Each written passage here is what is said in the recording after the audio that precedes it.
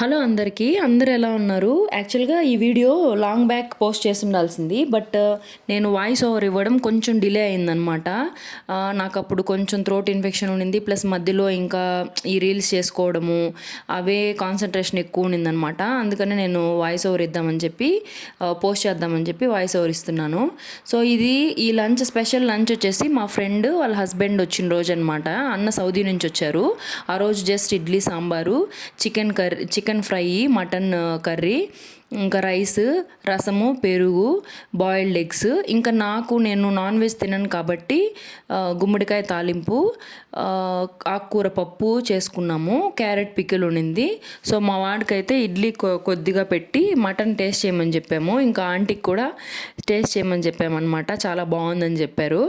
అన్న వచ్చినప్పుడైతే పెద్దోడికి జషుకి ఇట్లా గన్ తెచ్చారనమాట. చాలా ఖుషి అయిపోయాడు. అసలు హ్యాపీగా ఫీల్ అయిపోయాడు. అత్త మామ అని పిలుస్తాడనమాట. నేను ఫస్ట్ నుంచి అలానే అలవాటు చేసేసాము. సో హేమ అంటాడు. మళ్ళీ అత్త అని కూడా పిలవడు నా ఫ్రెండ్ని. బాగా హ్యాపీగా ఆడుకున్నాడు కాసేపు. ఎంత ఫ్రెండ్లీగా అంటే అన్న అయితే చాలా హ్యాపీగా ఫీల్ అయ్యారనమాట. అసలు ఏదో అది సినిమా ఉంది కదా, మహేష్ బాబు సినిమాలో లాగా ఫీల్ అయిపోయి అసలు పరిగెత్తుకుంటూ ఆడుకుంటూ దాగుడు మూతల్లాగా అనమాట. నేను కాలుస్తా అందరినీ ఇట్లా అని చెప్పి చాలాసేపు ఆడుకున్నాడు అనమాట. లంచ్ అయితే తిన్నారు. అన్న చాలా బాగుందని చెప్పారు. అన్న యాక్చువల్గా అక్కడ అంటే చేసుకుంటున్నారు కాబట్టి ఇక్కడికి వచ్చిన తర్వాత మనకైతే ఇక్కడ బాగా దొరుకుతాయి, నాన్ వెజ్ అయినా ఏదైనా. అక్కడ అంత ఫ్రెష్గా ఉండవు కాబట్టి టేస్ట్ అయితే అన్నకు తెలుస్తుంది బాగా.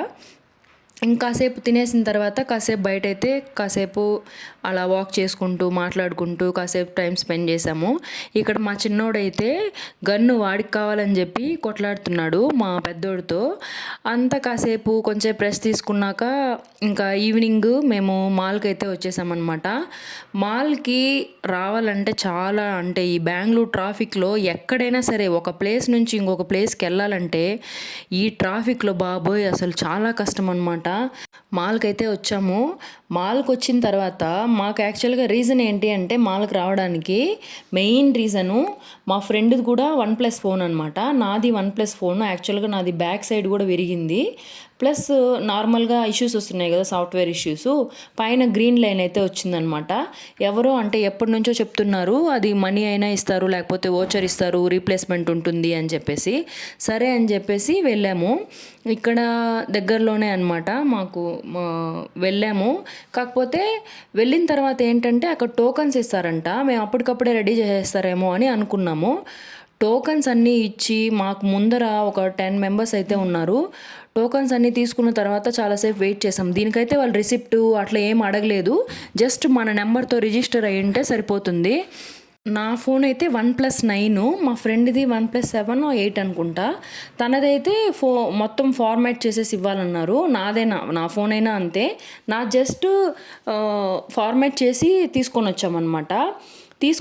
ఇద్దరు ఫార్మాట్ చేసి తీసుకొని వచ్చాము. కాకపోతే నాది బ్యాక్ సైడ్ కూడా, ఫ్రంట్ సైడ్ లైన్ వచ్చినా బ్యాక్ సైడ్ ప్రాబ్లం ఉంది కాబట్టి ఎంతో కొంత అమౌంట్ అయితే తీసుకొనేసి మా ఫ్రెండ్ది అయితే వాళ్ళు వేరే ఫోన్ అయితే ఇస్తాము, 11 ఇస్తాము, OnePlus 11 అయితే ఇస్తాము.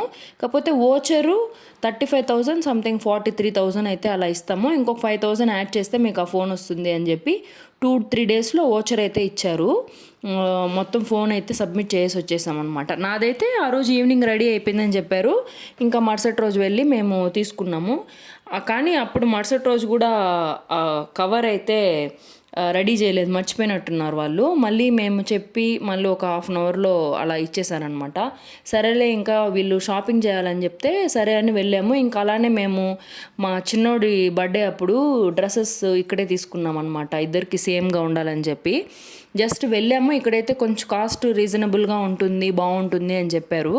సో అందుకని వెళ్ళి చూసాము. ఇక్కడ మా పెద్దోడు చూడండి, అసలు ఇది కావాలి అది కావాలని చెప్పి మొత్తం విసిరి పడేసాడు. ఆడుండే వాళ్ళందరూ షాక్ అయ్యారు. అసలు ఇంకా ఇక్కడ అన్ని బట్టలు గర్ల్ బేబీ ఈ సైడ్ వచ్చామన్నమాట. అటు సైడ్ అయితే మొత్తం మొత్తం తీసి పడేశాడు. అసలు ఇంకా ఏం చేయాలో అర్థం కాలేదు. ఎప్పుడెప్పుడు వెళ్ళిపోదామా అనిపించింది నాకైతే.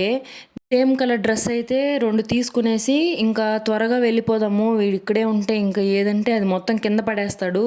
సెక్యూరిటీ వాళ్ళు ఆల్రెడీ వచ్చారు అని చెప్పేసి ఇంకా త్వరగా తీసేసుకున్నాం అనమాట. ఒక డ్రెస్సే లేండి తీసుకునింది. ఇంకా మా చిన్నోడైతే వాడికి కూడా ఆకలి కదా, ఈవినింగ్ ఇంక ఎలా అయినా అన్న ఎయిర్పోర్ట్కి వెళ్ళాలి త్వరగానే అని చెప్పేసి మేము ఇంకా త్వరగానే రీచ్ అయిపోయాము. మళ్ళీ రిటర్న్లో రావాలన్నా ట్రాఫిక్ ఎక్కువగా ఉంటుంది. చాలా మంచిగా టైం స్పెండ్ చేసాము మేమందరము.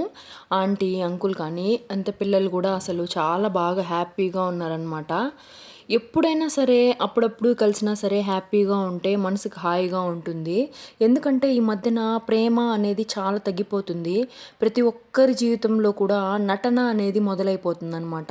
అదేంటో యాక్టింగ్ ఫస్ట్ ఉండి తర్వాత అందరూ మనుషులు వేరేలాగా మాట్లాడతారనమాట.